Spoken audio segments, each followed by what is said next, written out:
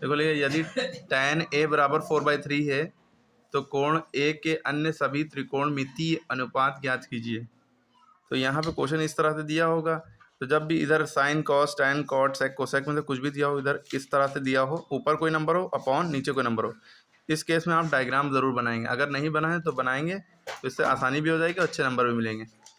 tan A की value 4/3 दी है, तो कोण A के अन्य सभी त्रिकोणमितीय अनुपात ज्ञात कीजिए, यानी कि सभी त्रिकोणमितीय अनुपात। तो सभी त्रिकोणमितीय यानी कि 6 ट्रिग्नोमेट्रिकल रेशियोज होते हैं, तो एक दिया हुआ है, 5 निकालने हैं बचे हुए, है ना।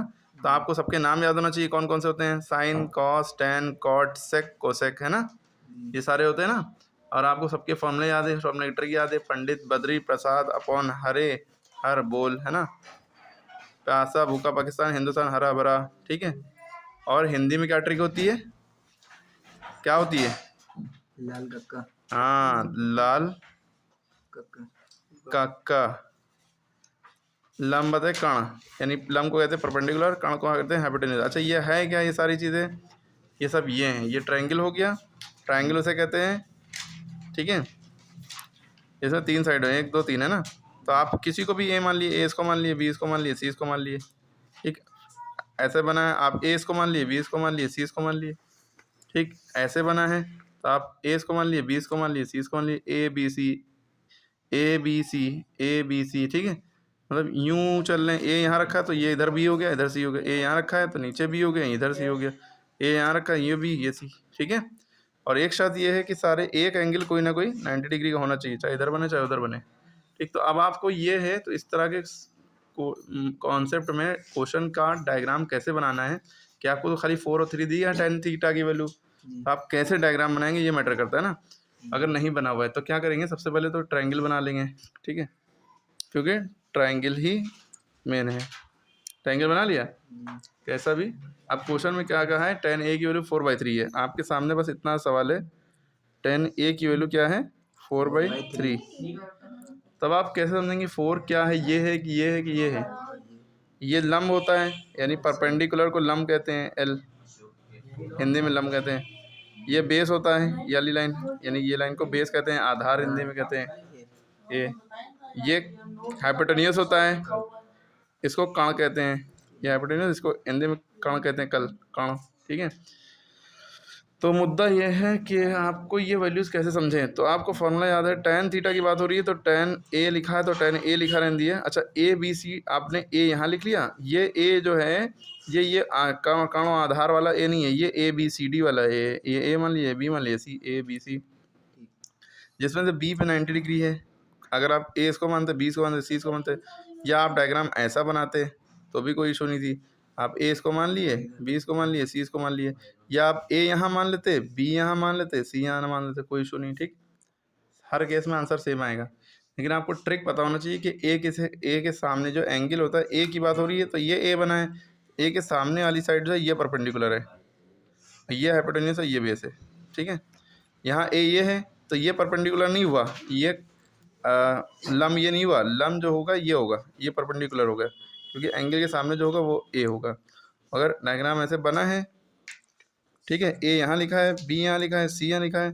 अब बताइए, अब आप कहेंगे सर A के सामने तो ये है तो ये परपेंडिकुलर होना चाहिए, नहीं, जब राइट एंगल होगा, राइट एंगल के केस में यही लम होगा, ठीक है, यही परपेंडिकुलर होगा, यही हाइट होगी, हाइट लम परपेंडिकुलर तीनों बातें एक ही होती हैं, ठीक है, याद रखिएगा। ऐसे ही ये राइट एंगल तो है नहीं, राइट एंगल यानी खड़ी लाइन, सीधी लाइन तो है नहीं, खड़ी लाइन पे जो एंगल होता है हम उसको फोकस करते हैं। एंगल ए को हम फोकस अगर इसको कर रहे हैं तो इसके सामने ये परपेंडिकुलर, एंगल ए यहाँ बना है तो इसके सामने ये परपेंडिकुलर, एंगल ए यहाँ बना है तो इसके सामने ये परपेंडिकुलर नहीं होगा, अब यही परपेंडिकुलर होगा, क्योंकि 90 डिग्री पे अगर एंगल बनता है राइट एंगल ट्रायंगल पे और ए की बात कर रहे हैं तो वो ये इसका परपेंडिकुलर है, ये बेस है और ये हाइपोटेन्यूस है, ठीक। ये हाइपोटेन्यूस एच वाला हाइट वाला हमने लिख दिया है, ठीक है, ये हाइपोटेन्यूस वाला एच है, ठीक है।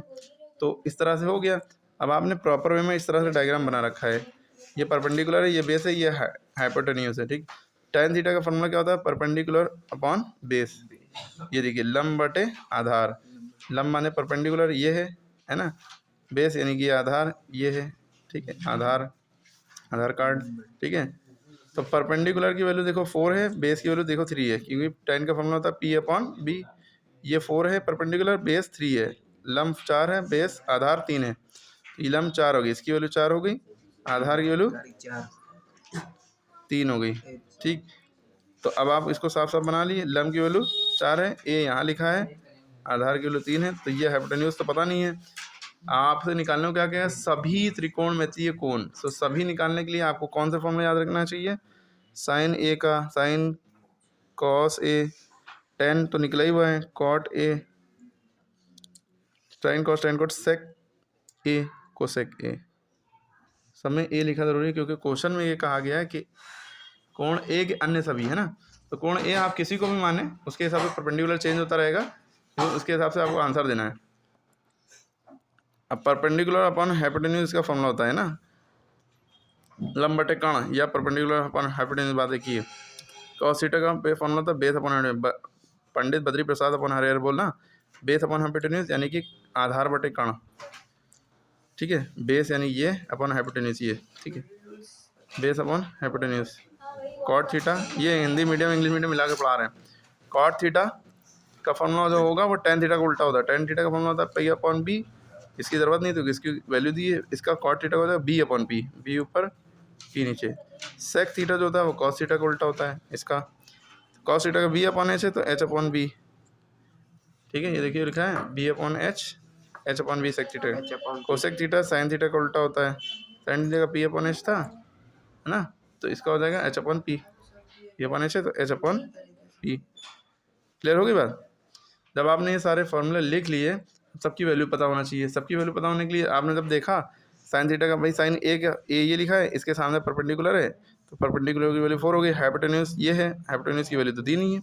अब क्या करें, इसके लिए पाइथागोरस थ्योरम लगानी पड़ती है, पाइथागोरस थ्योरम, ठीक है, जो होती है एच स्क्वायर बराबर P square plus B square. H यानी ये लाइन को एच कहते हैं, इसको परपेंडिकुलर कहते हैं पी, इसको बेस कहते हैं बी।